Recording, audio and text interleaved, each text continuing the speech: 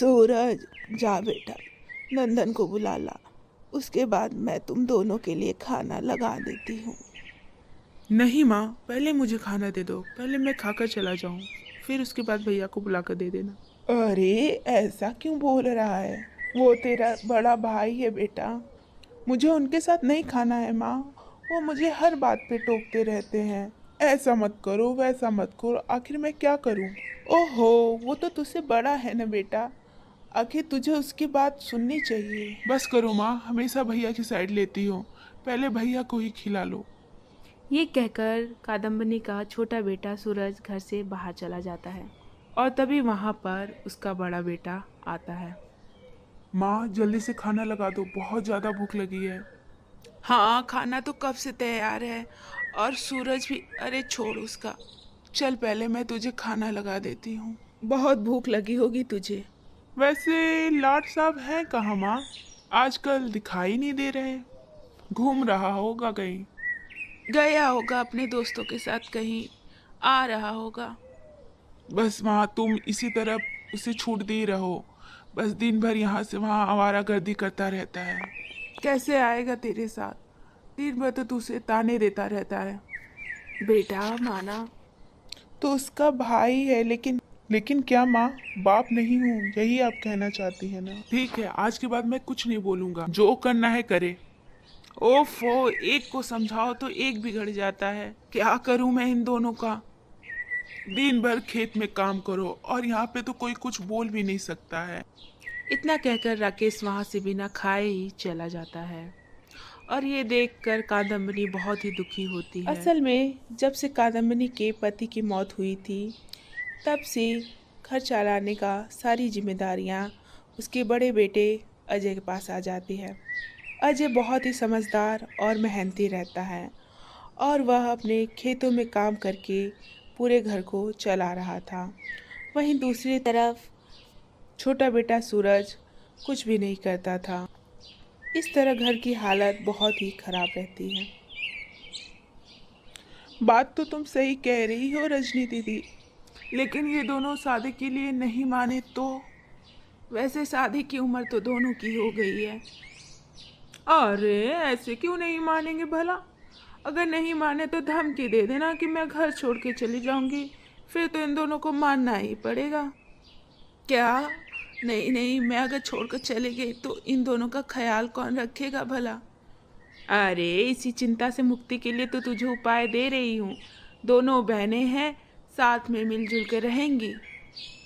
अपने दोनों बेटों की शादी इन्हीं दोनों लड़कियों से कर दो। अजय और सूरज के लिए दो बहनों का रिश्ता आया था, जिसमें से नीता बड़ी थी और गीता छोटी थी।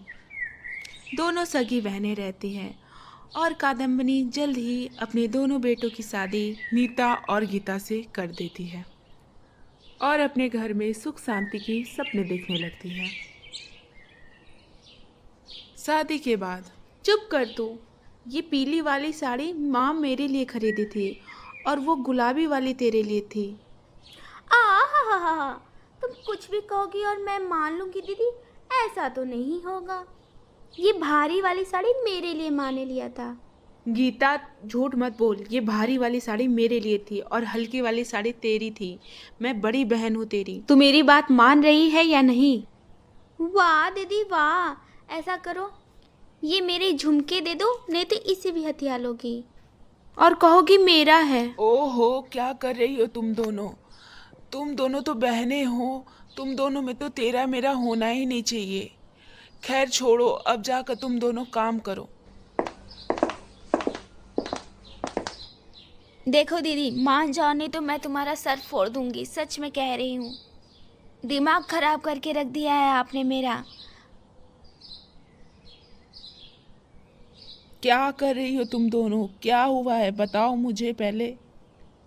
मेरे बेटे कम थे कि तुम दोनों भी आकर यहाँ पर लड़ाई कर रही हो? देखिए माँ जी, मैं यहाँ पर झाड़ू लगाने जा रही थी और ये मैडम आकर यहाँ पर ढेर सारे कूड़े डाल दी। अब कौन साफ करेगा भला? जो झाड़ू लगाएगा वही साफ करेगा ना माँ जी। आखिर मैं क्यों साफ करूँ? मैं भी तो किचन में काम कर रही हूँ माँ जी, मैं तो कोई नखरे नहीं कर रही। देख रही हैं माँ जी कैसे कैची की तरह जुबान चला रही है। मेरी ना सही आपकी तो लिहाज करना चाहिए। देख भी रही हूँ और समझ भी रही हूँ। मेरे दोनों बेटे कम थे क्या कि तुम दोनों भी आ गई हो इस घर में। हे भगवान, अब क्या होगा मेरे घर का।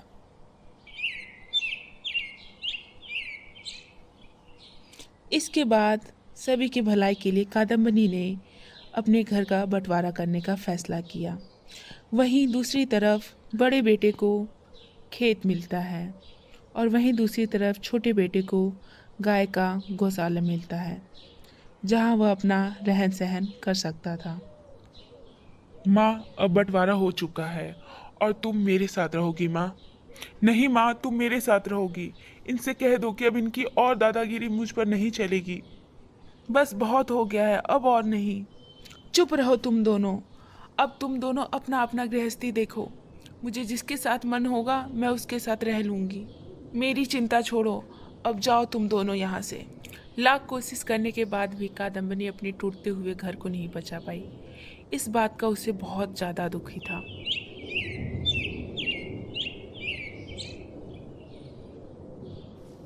तभी एक दिन, माँ, ओ माँ, कहाँ है आप? आइए, मुझे कुछ जरूरी बातें करनी है आपसे। क्या हुआ? क्यों इतना तेज तेज से चिल्ला रहा है? माँ, मामा जी का फोन आया था और वो कल आ रहे हैं। वो अमन का रिश्ता फिक्स हो गया है, उसी का न्योता देने आ रहे हैं। हे भगवान, तब तो तेरी माँ भी साथ में जरूर आएंगी और वो घर की हालत को देखेंगी तो क्या ही बोलेंगी। कादम्बनी को बहुत डर लग रहा था, क्योंकि किसी भी हाल में अपने परिवार की बेइज्जती नहीं करा सकती थी। तभी वह अपने बहुओं को सोच समझकर बुलाती है।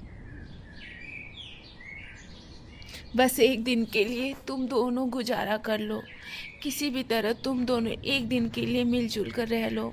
मैं नहीं चाहती कि मेरे भैया भाभी के सामने बंटवारे की बात सामने आए। अगर उन्हें पता चला तो हमारे घर की बहुत बेइज्जती होगी। कादम्बनी के कहने पर नीता और गीता साथ रहने के लिए मान जाती हैं, लेकिन उन्हें इसी बात का चिंता रहता है कि आखिर खाने में क्या बनाएं। दाल मखनी, हाँ वही बनाते हैं। चलो दाल मखनी बनाते हैं। अच्छा, उसमें पड़ने वाला मसाला कहाँ से लाएंगे ये तो बताओ। तू लेकर आएगी क्या? बोलो। मैं कहाँ से लाऊंगी? और मेरे पास तो ले देकर केवल एक बाल्टी दूध रखा हुआ है।